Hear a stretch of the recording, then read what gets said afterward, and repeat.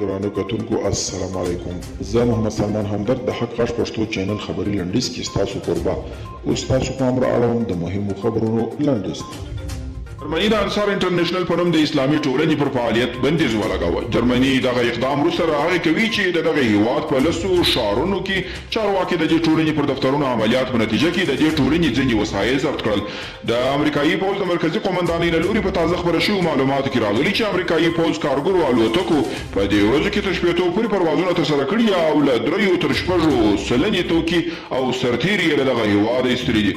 د ملي امنیت عمومي رئیس د ولسي جرګې پرونی سري غونډې ته ویلي دي که تر دې وروسته سیاسي مشرانو رسنۍ او کارپوهانو د طالبانو په ګټه څرګندونې وکړي د یوه تورست په توګه به ورسره چلند وشي. او د امریکا د دفاع وزارت یا پنټاګون ویان جان کربي په خپلو تازه څرګندونې کې ویلي د افغان هوایي پوځ ډېره برخه چاري پر قراردادیانو متکي دي چې تر وتلو وروسته دا برخه شایي کمزوري شي خو بیا هم د امریکایانو ملاتړ به له ځان سره لري.